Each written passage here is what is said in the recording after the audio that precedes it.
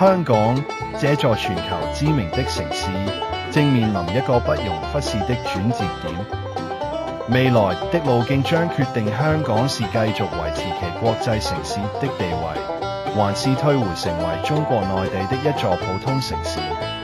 這一抉擇不僅影響了香港的經濟運行，也將深刻改變其社會結構和文化生態。首先，作為國際城市，香港擁有獨特的地理位置和經濟優勢。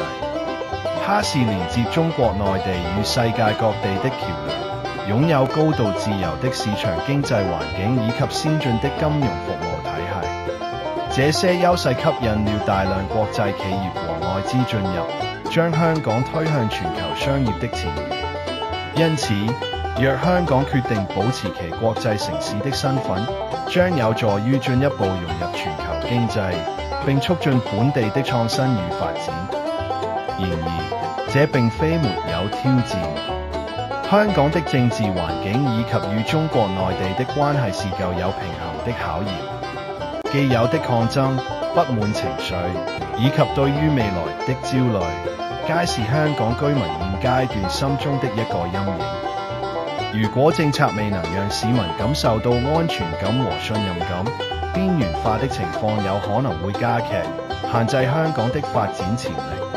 另一方面，與中國內地的合作也代表了另一個可能的道路。隨着「一帶一路」倡議的推進，香港的地理及文化優勢將使其更好地融入中國經濟體系中，成為這一宏大計劃的一部分。在此體系內，香港可以利用其國際化的背景，為內地的企業提供必要的國際經驗和市場接入機會。